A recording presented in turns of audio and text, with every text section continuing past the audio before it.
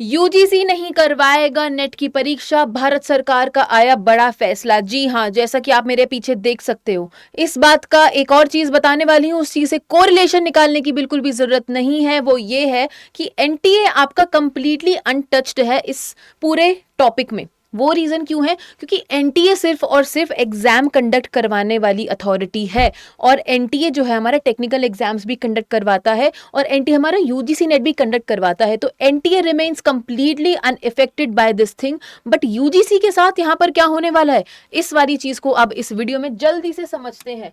Law students के लिए, specially जो यूजीसी नेट का एग्जाम देने वाले हैं इस बार, जो अपियर होंगे, या फिर अनफॉर्चुनेटली जिन स्टूडेंट्स का एग्जाम नहीं क्लियर हो पाया, ये इन्फॉर्मेशन आप लोगों के लिए बहुत इंपॉर्टेंट हो जाती है। और अगर मेरी मानो तो ये पॉजिटिवली आपके लिए काम करेगा। उसका भी रीजन मैं आपको बताने वाली हूँ कि क्यों पॉजिटिवली काम करेगा। आपको अपनी तैयारी जल्दी से जल्दी शुरू करनी चाहिए। चलो पहले समझते हैं टाइमलाइन। यूजीसी आ तो पहले ही गया था, बट वो स्टैट्यूटरी बॉडी कब बना था? 1956 में। मैं आपको बिल्कुल जल्दी से अभी बता देती हूँ, 1956 में यूजीसी को स्टैट्यूटरी बॉडी का दर्जा दिया गया था एक्ट पास होने के बाद में। 1987 में आपका एआईसीटीई, जो आपका टेक्निकल एजुकेशन को कवर करता है, उसको एक्ट बनाया गया था, उसका एक्ट बनाया गया था, और स्टैट्यूटरी बॉडी का उसको भी दर्जा दिया गया था 1987 में।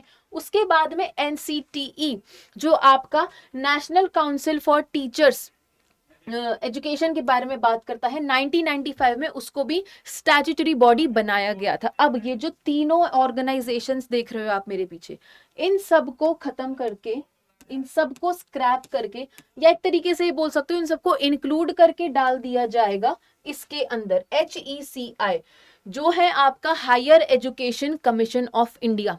इसकी बात करी गई है एनईपी, नेशनल एजुकेशन पॉलिसी 2020 में। 2018 से ये चर्चा में बना हुआ है। एनईपी 2020 के अंदर ये सारी चीजों की चर्चा और ज्यादा होने लग रही है। ऊपर से 2021 में इसके बारे में बातें और ज्यादा होने लगी थी।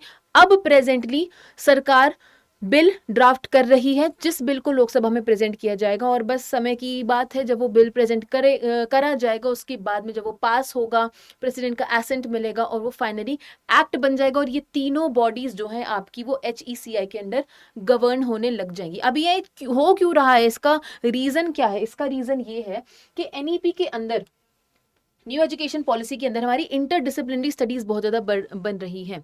स्टूडेंट्स अगर एक साल में अपनी डिग्री छोड़कर किसी और डिग्री को परस्यू करना चाहते हैं, 2 साल में कुछ परस्यू करना चाहते हैं, तो उनके पास एग्जिट का ऑप्शन है। आपको डिप्लोमा मिल जाता है, आपको सर्टिफिकेट मिल जाता है, ऐसे बहुत सारी प्रोविजंस एनईपी ने निकाले हैं। तो इसी चीज़ को और अच्छे से फॉर्मुलेट करने के लिए, इसी चीज़ को एक गुड गवर्नेंस के पॉइंट ऑफ व्यू से, कि स्टूडेंट्स कंफ्यूज ना हो यहाँ पर, और जो पूरा एजुकेशन का मैकेनिज्म है वो यूनिफॉर्म तरीके से गवर्न हो पाए भारत में, इस चीज को करने के लिए गवर्नमेंट ने टर्म यूज करी है लाइट बट टाइट, मतलब हल्का बट टाइट। एक बहुत ही ज्यादा क्लोज्ड बॉडी, एक ऐसी बॉडी जो गवर्नेंस के मामले में बहुत अच्छी होने वाली, चीजें बिल्कुल भी इधर उधर हे वायर नहीं जाएंगी। इसीलिए इन तीनों ऑर्गेनाइजेशंस को हम डाल रहे हैं HECI में। ठीक है, क्यों होने वाला है ये? Because to ensure efficiency of the educational system through audit and public disclosure while encouraging innovation. ठीक है, ये सब गवर्नमेंट के एम्स हैं कि HECI से वो ये सब चीजों का एम करना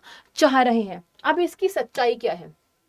सच्चाई इसकी ये है कि यूजीसी जो है हमारा, वो देखता है non technical higher education, AICTE देखता है हमारा टेक्निकल एजुकेशन, और NCTE है हमारा regulatory body for teachers education. अब ये जो ड्राफ्ट है, ये ड्राफ्ट स्पेसिफिकली एम करता है एग्जिस्टिंग यूजीसी के एक्ट को रिप्लेस करके एक न्यू रेगुलेटरी एजुकेशन बॉडी के बनाने के बारे में। ठीक है, ड्राफ्ट बिल जो था 2018 में, जैसे कि मैंने स्टार्टिंग में बताया था, रिलीज किया गया था, बट रिन्यूड उसको, और उसके ऊपर काम जो होना स्टार्ट हुआ वो 2021 से स्टार्ट हुआ।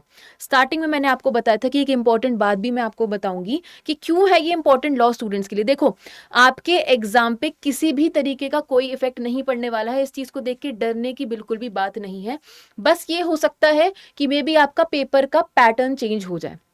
मे बी ऑफलाइन की जगह और मे बी ऑनलाइन की जगह ऑफलाइन एग्जाम होने लग जाए, या फिर पेपर 1 में थोड़ा बहुत सिलेबस का बदलाव है, पेपर 2 में किसी भी तरीके का बदलाव आने के चांसेस बहुत ही कम है, क्योंकि लॉ पेपर में चीज़ें वास्ट तो हो जाती हैं, बट ऐसा नहीं होता कि कुछ सिलेबस के बाहर ही चला गया। पेपर 1 में फिर भी ऐसा 1 या 2 क्वेश्चंस में देखने को मिल जाता है।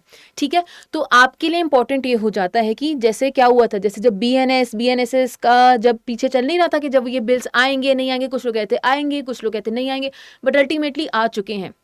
लॉ स्टूडेंट्स को उस टाइम पे भी यही चीज़ एडवाइस करी जा रही थी कि आप वो जो न्यू बिल्स आने वाले हैं, जो न्यू एक्ट बन के आएंगे, उसको भी पढ़ना स्टार्ट कर दो, उसको भी कंपैरिजन में पढ़ना स्टार्ट कर दो। सेम मैं आज वही एडवाइस करूंगी। अगर ये प्रपोज जब बिल किया जाएगा, उसके बाद में अगर ये एक्ट बन जाता है, तो आपने अगर पहले से तैयारी नहीं करी है, जब मैं आज ये वीडियो जब पोस्ट होगी तो मैं आज आपको जो बता रही हूँ, अगर आज से आप अपनी तैयारी नहीं कर रहे हो स्टार्ट, नोइंग द फैक्ट कि आपका रिजल्ट भी आ चुका है, कुछ स्टूडेंट्स का मे बी अनफॉर्चुनेटली क्वालिफाई नहीं हुआ होगा, तो आप बहुत बड़ी बेवकूफ़ी कर रहे हो।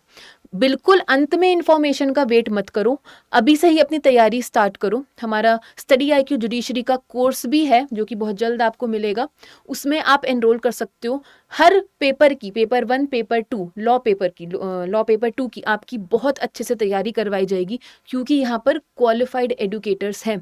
सबका ही UGC नेट एग्जाम क्लियर्ड है और सब ने ही डिफरेंट साइकिल्स में एग्जाम दिया, तो ऐसा भी नहीं कि सब एक ही साइकिल में एग्जाम दिया है, पेपर ईजी आगे हो गए, नहीं, सब लोग यहाँ पे बहुत ज़्यादा क्वालिफाइड हैं। एंड आई सजेस्ट कि आपके खुद के भी जो मटेरियल सोर्सेज हैं, बुक से इकट्ठा करिए, नोट से इकट्ठा करिए, अपनी जो पुरानी पढ़ाई है, LLM की पढ़ाई है, उसको पक्का करिए और जितना जल्दी हो सके पढ़ना स्टार्ट कर दीजिए, क्योंकि दिसंबर आने में अभी लेट नहीं है। एक एक दिन करके आपका दिन निकल जाएगा, बीच में फेस्टिवल्स आ जाएंगे और कुछ ना कुछ तो चीज़ों में आप एंगेज हो ही जाओगे। तो I suggest you urgently to start studying and preparing for this exam. बस मुझे इस वीडियो में आपको इतना ही बताना था। That was it for this video. बहुत ही इंपॉर्टेंट इन्फॉर्मेशन है ये लॉ स्टूडेंट्स के लिए, स्पेशली जो दिसंबर के लिए एम कर रहे हैं। एंड आई होप आप सुनने के बाद ये सब चीज़ें अपनी पढ़ाई जल्दी जल्दी स्टार्ट कर दोगे। And thank you so much for joining with me. This was me Ishita. Thank you and take care and bye bye.